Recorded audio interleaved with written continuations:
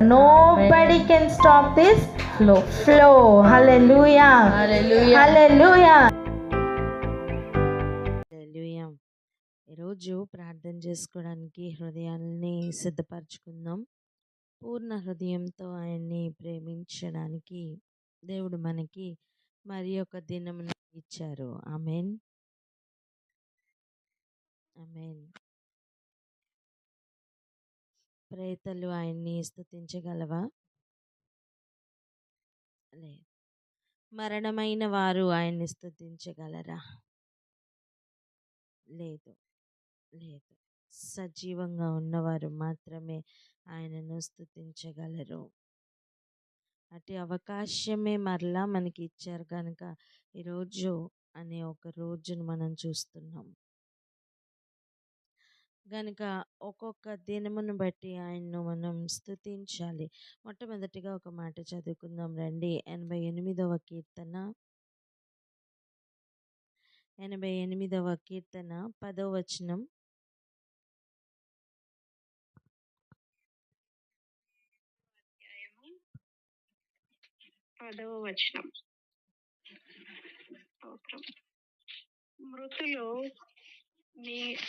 మృతులకు నీవు అద్భుతములు చూపెదవా, ప్రేతలు లేచి నిన్ను స్తుతించెదరా.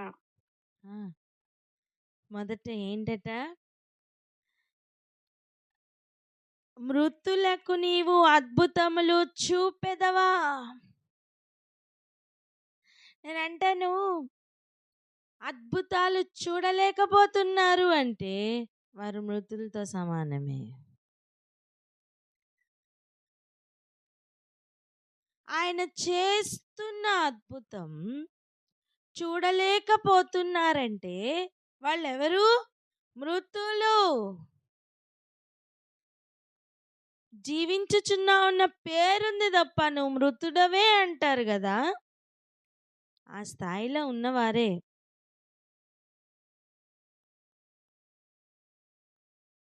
మృతులకు ఆయన అద్భుతములు చూపించరు. పక్కనే జరుగుతుంది కానీ వారికి తెలియదండి,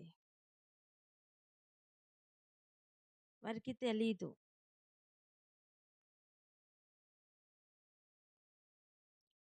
ఆలోచించండి, యేసు ప్రభు వస్తారు వస్తారు అని ఎదురు చూస్తున్న వారే యేసు ప్రభు వచ్చినా సరే ఆయన చంపిన అనుభవంలో ఆనాటి యూదులు లేరా? ఉన్నారు, ఉన్నారు. అంటే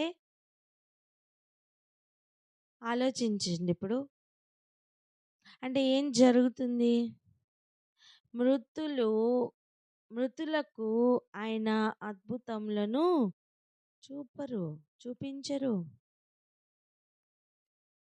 కన్యక నుండి ఒక బిడ్డ రావడం అనేది అద్భుతం కాదా? అద్భుతమే.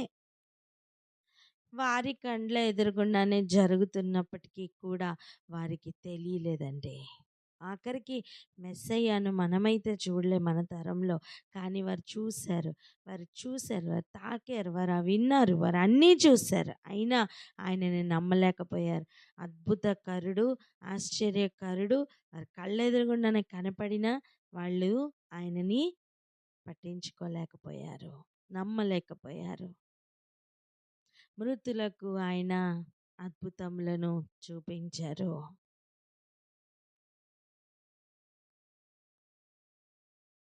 ప్రేతలు లేచి నిన్ను స్తుతించెదరా.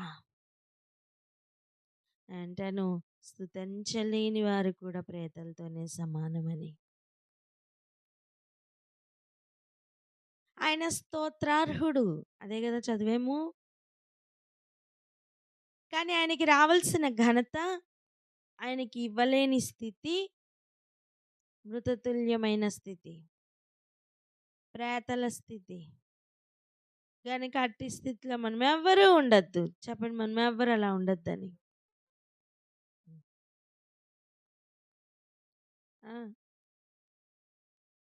ఇంకా ఇంకా తర్వాత మాట చూడండి, సమాధిలో నీ కృపను ఎవరు వివరింతురు? సమాధిలో ఎవరైనా వివరించిస్తారా? ఆ? ఆయన కృపను వివరించడానికి ఈరోజు ఇంత సిగ్గుపడుతున్నావే? ఆయన కృప గురించి మాట్లాడడానికి ఎంత ఆలోచిస్తున్నావే?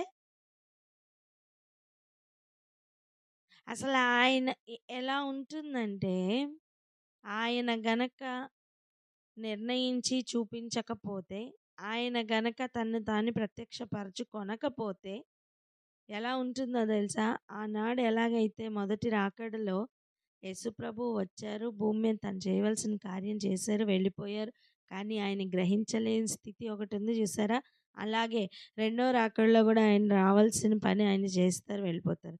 వీళ్ళు మాత్రం ఇంకా వస్తారనో లేకపోతే రారనో, వాళ్ళ నీతిలో వాళ్ళ నమ్మకంలో వాళ్ళు అలా ఆగిపోతారు అంతే. దానివల్ల ఎవరికి నష్టం? దేవుడికి ఏమైనా నష్టం ఉందా?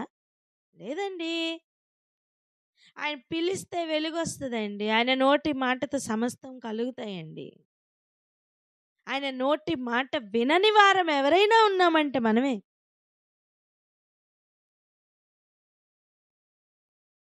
వాక్యం సెలవిస్తున్న సత్యం ఏంటో తెలుసా? దెయ్యములు కూడా ఆయన నమ్మి వణుకుతున్నాయట.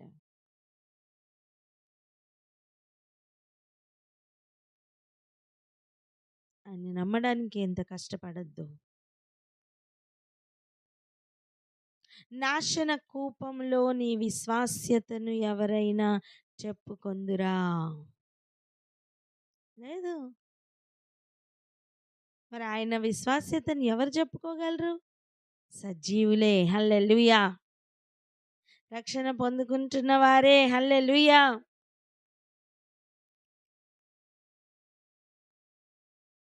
అంధకారములోని అద్భుతములు తెలియనగునా? పాతాళంలోని నీతి తెలియనగునా? లేదు. భూమి మీద ఈరోజు అనే దినం దేవుడు ఎందుకు ఇచ్చారంటే అందుకే. అటువంటి మరణ ఛాయల్లో ఉన్న వారి యొద్దకు వెలుగును పంపించారు. నీ సత్యమును నీ వెలుగును బయలుదేరచేయి అని చేస్తున్న ప్రార్థనకు ఫలితముగా ఏం పంపించారండి దేవుడు? ఆయన వెలుగును ఆయన సత్యమును పంపించారు. జెబూలూను దేశము, నఫ్తాలి దేశమును, యోర్దాను ఆవలనున్న సముద్ర తీరమున అన్యజనులు నివసించు గలిలయయు చీకటిలో కూర్చుండి ఉన్న ప్రజలను గొప్ప వెలుగు చూచిరి. మరణ ప్రదేశములోను మరణ ఛాయల్లోనూ కూర్చుండి ఉన్నవారు వెలుగు చూచిరి. వారికి ఏమి ఉదయించెను? వెలుగు ఉదయించెను. హల్లెలూయా. లెమ్ము తేజరిల్లుము, నీకు వెలుగు వచ్చి ఉన్నది. హల్లెలూయా. హల్లెలూయా. ఇప్పుడు మనం చేయాల్సిన పని ఏంటి? ఈ దినం సజీవంగా దేవుడు ఇచ్చారు కదా, స్తుతించాలి. ఆయన విశ్వాస్యతను వివరించుకోవాలి. ఆయన ఎట్టి విధముగా స్తోత్రానికి అర్హుడో వివరించుకోవాలి అని స్తుతించాలి.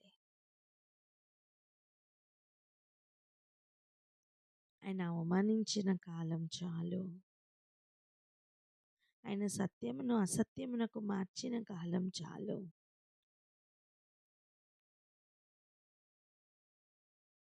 ఇక్కడ ఆగి ప్రార్థన చేసుకుందామా? స్తుతించలేని నోరు ఒక్కటి కూడా ఉండడానికి వీల్లేదని, బ్రతుకులతో ఆయన నిజంగా ఆరాధించాలని ప్రార్థన చేద్దామా? మహోన్నతుడ పరిశుద్ధుడ ప్రభా, స్తుతి స్తుతి స్తోత్రం స్తోత్రం స్తోత్రం లయ. ఆయన వందనాలు వందనాలు వందనాలు ప్రభా. ఆయన నా తండ్రి, మీకే వందనాలు. స్తుతించలేని నోరు ఒక్కటి కూడా ఉండడానికి వీల్లేదు ప్రభా, మీకు వందనాలు. ప్రతి సజీవుల లెక్కలో ఉన్న ప్రతి ఒక్కరూ నా తండ్రి ప్రభా నిన్ను స్తుతించాలి ప్రభా. ఏ మృతతుల్యమైనటువంటి ఏది కానీ మాలో ఉండడానికి వీల్లేదు. ఆయన జీవించుచున్నావే కానీ నీవు మృతుడవే అన్న స్థితి ఎక్కడ కనపడడానికి వీల్లేదు ప్రభా. మీకు వందనాలు. ఆయన నీ అద్భుత కార్యములు వివరించే వారంగా ఆయన నా తండ్రి ప్రభా నీ అద్భుతాలు చూడలేని వారు మృతులు అని ఉండగా నా తండ్రి అలాగున కాక నా తండ్రి ప్రభా నీ ఆశ్చర్య కార్యములను ఆయన నా తండ్రి గ్రహించుకొని స్తుతించే వారముగా నాయన నా తండ్రి ప్రభా మీ యొక్క అద్భుత కార్యములు చూచే వారముగా ఆయన నా తండ్రి స్తుతించే వారముగా ఆరాధించే వారముగా నా తండ్రి ప్రభా మీకు కృతజ్ఞతాస్తుతులు చెల్లించే వారంగా మేము ఉండాలయ్యా. మీకు వందనాలు. ఆయన నా తండ్రి ప్రభా మీ కృపను వివరించే వారముగా ఆయన నా తండ్రి ప్రభా మీ విశ్వాస్యతను చెప్పుకునేటువంటి వారుగా మేము ఉండాలి తండ్రి. మీకు వందనాలు, స్తోత్రం.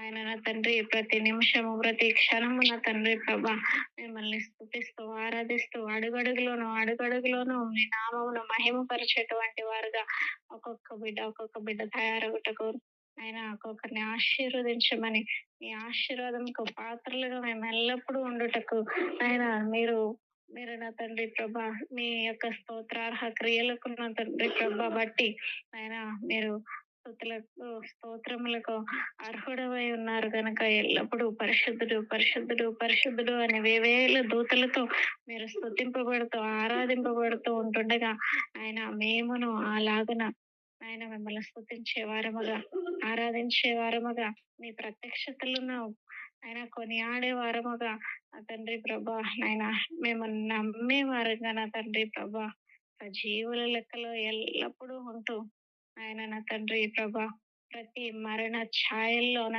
మీ వెలుగును మా మీద ఉదయింప చేసిన తండ్రి ప్రభా వెలుగు వచ్చి ఉన్నది గనక ఆయన యుద్ధోపకరణములు ధరించుకొని మిమ్మల్ని స్తుతించే వారముగా ఆరాధించే వారముగా ఏ స్తుతించలేని నోరు ఉండకుండా ఎల్లప్పుడూ నోటి నిండా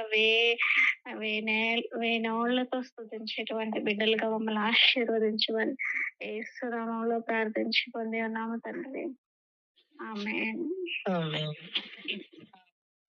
ఆమేన్. హల్లెలూయా. వెళ్దాం రండి. 78వ కీర్తన 78వ కీర్తన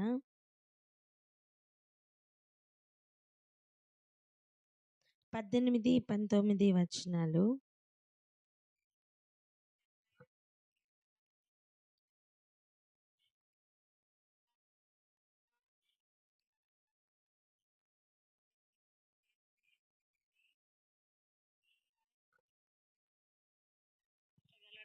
అనొచ్చు వారు దేవునికి విరోధముగా మాట్లాడిరి.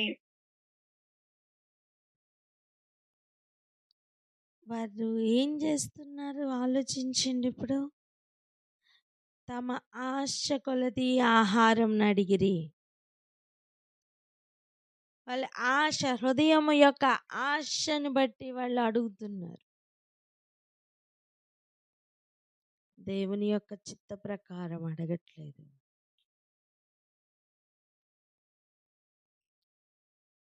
ఈ అరణ్యంలో దేవుడు భోజనం సిద్ధపరచగలడా అంటున్నారు. అనుమానం. ఆయనకి అవమానం కలిగించే అనుమానపు మాటలు.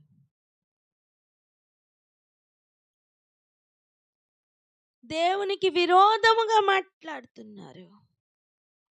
దేవుని ప్లాన్కి విరోధంగా మాట్లాడుతున్నారు. అమ్మా, మనం సామాన్ సర్దుకొని కణానికి వెళ్తూ ఆనాటి అరణ్య ప్రయాణం చేయట్లేదేమో కానీ ఆజ్ఞల ప్రయాణమే చేస్తున్నాం కదా. దేవుడు మనల్ని కూడా పరిశోధించడానికి ప్రతి దినము దయచేస్తున్నారు తెలుసా.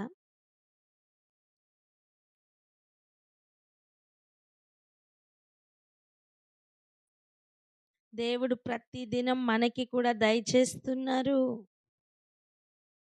ఎక్కడెక్కడ సణుగుతున్నామో, ఎక్కడెక్కడ ఆయనని అవమానిస్తున్నామో ఒకసారి జ్ఞాపకం చేసుకొనుట మంచిది. ఎందుకు అంటే మృతులకు ఆయన తన అద్భుతములు చూపించరు. ఆ స్థితిలో కానీ ఆ స్థాయిలో కానీ మనం ఉండకూడదండి. మరి ఎలా? ఆ రోజు జరిగిన కార్యం ఒక్కటే. 21వ వచనం చూడండి. యెహోవా ఈ మాట విని కోపగించెను.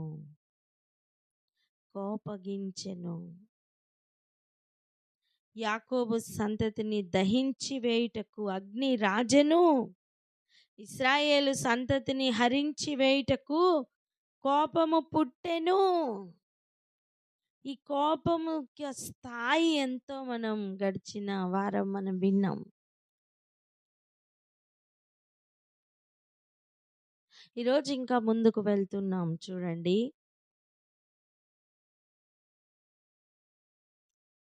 అయినను ఆయన పైనున్న ఆకాశములకు ఆజ్ఞాపించెను, అంతరిక్ష ద్వారములను తెరచెను.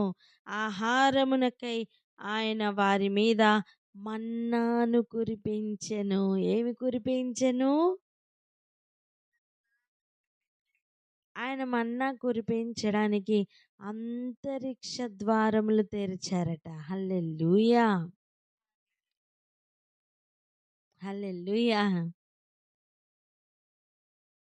మన్నా శ్రేష్టమైందా? వాక్యం శ్రేష్టమైందా? వాక్యమే శ్రేష్టమైంది. హల్లెలూయా. అప్పుడు అంతరిక్ష ద్వారములు తెరిచి ఆ మన్నా ఇస్తున్నారు అంటే, వాక్యం ఇవ్వాలి అంటే ఆయన ఏం తెరుస్తారు?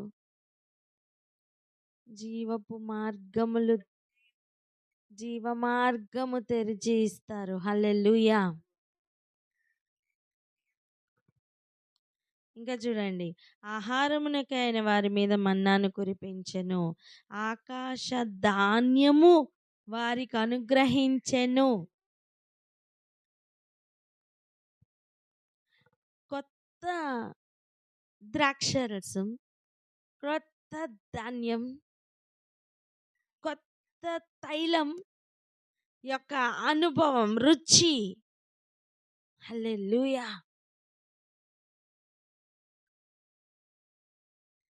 ఆకాశ ధాన్యము, ఆకాశ ధాన్యం అండి. మన్నా పేరేంటి? ఆకాశ ధాన్యం. ఇంకా దేవదూతల ఆహారం వారు లేదా నరులు భుజించిరి.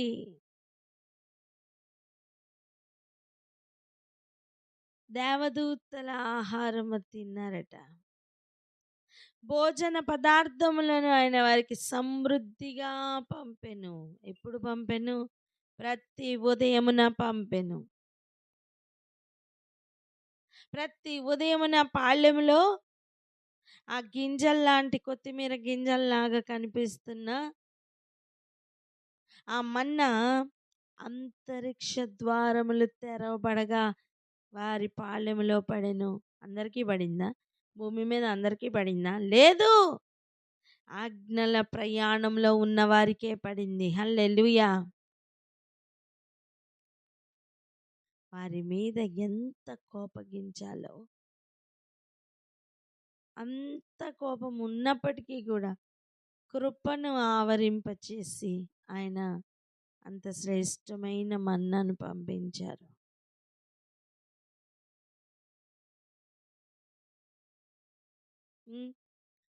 ఒక పక్కన మన్నా వచ్చింది. ఇంకా చూడండి. ఆకాశమందు తూర్పు గాలి ఆయన విసరజేసెను, తన బలము చేత దక్షిణపు గాలి రప్పించెను.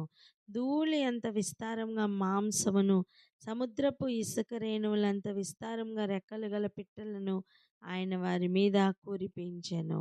కారణం, వారి ఆశంతా కూడా ఆహారం మీదనే. వారి సనుగుడంతా కూడా తిండి కోసమే. వారు చెప్పుకున్న మాట ఎంత భయంకరం. ఆయన తన ప్రజలకు మాంసము సిద్ధపరచగలడా అని వారు చెప్పుకున్నారట. ఆ మాట విని ఆయనకి ఇంకా కోపం వచ్చిందట. ఆయన కోపం వచ్చి ఇవ్వకుండా మానలేదు,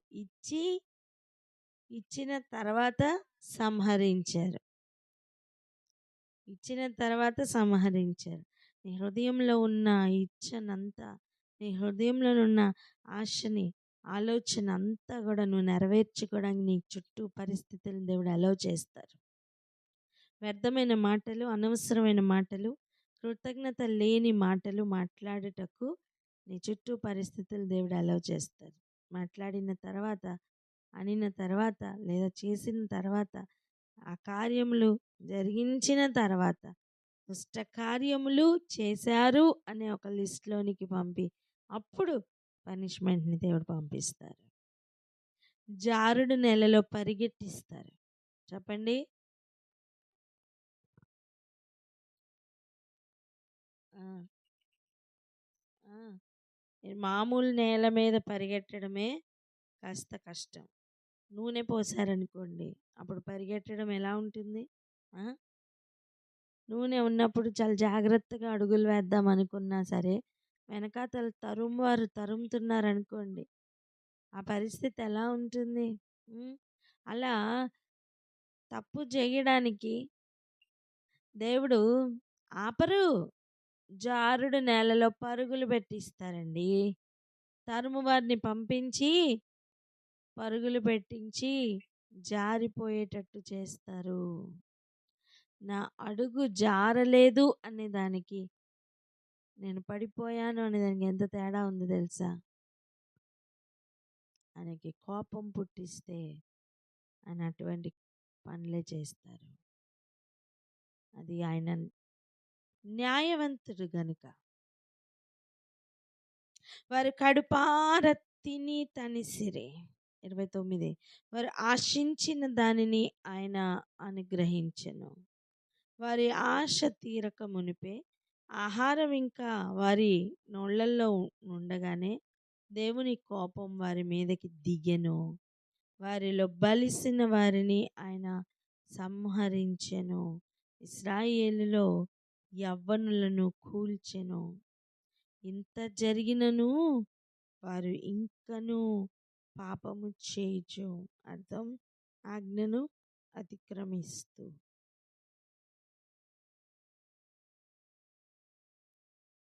ఆయన ఆశ్చర్య కార్యములను బట్టి ఆయనను నమ్ముకొనకపోయిరి. అదేనండి ప్రాబ్లం. ఇంత జరిగిన 32 ఆయన ఆశ్చర్య కార్యములను బట్టి ఆయన నమ్ముకోవట్లేదట. అదే ప్రాబ్లం.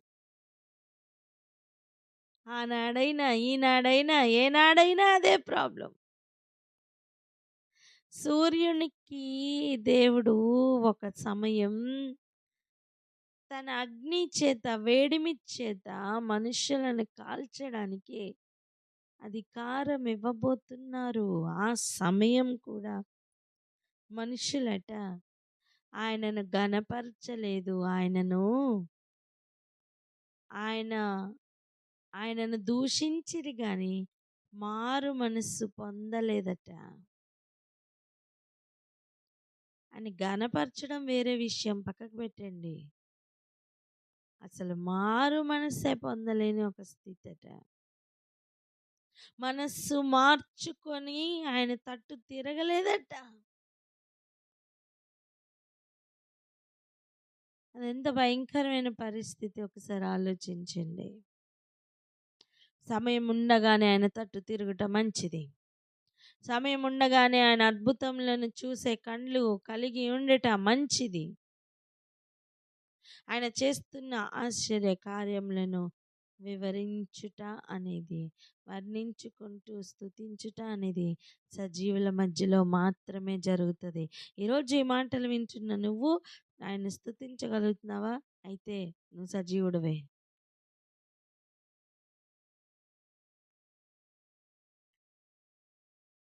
ఆయనను దూషిస్తూ, ఆయన కార్యములను దూషిస్తూ, ఎంత తిన్నా తృప్తి లేని వారిలాగా,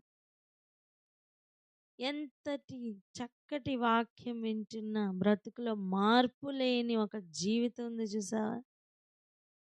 మృతులలో ఒకరిగా ఎందుకు ఆ బ్రతుకు? సజీవులుగా మారదాం. హల్లెలూయా. ఆలోచిద్దాం. ఆలోచిద్దాం. ఆనాటి ప్రజలు వలన ఆయనకి కోపం వచ్చింది. మనం శాంతిపరచడానికి బయలుదేరాలి. హల్లెలూయా. యెహోవాను శాంతిపరచుటకు మేమును వస్తామని అప్పుడండి ప్రజలు బయలుదేరతారు.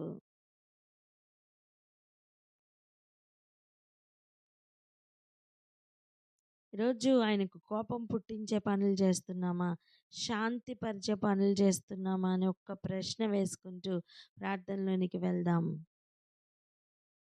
ఏమని ప్రార్థన చేద్దాం?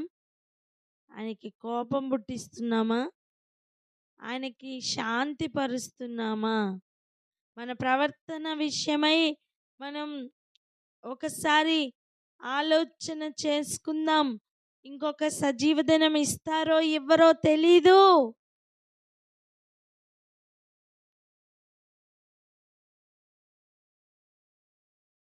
అక్క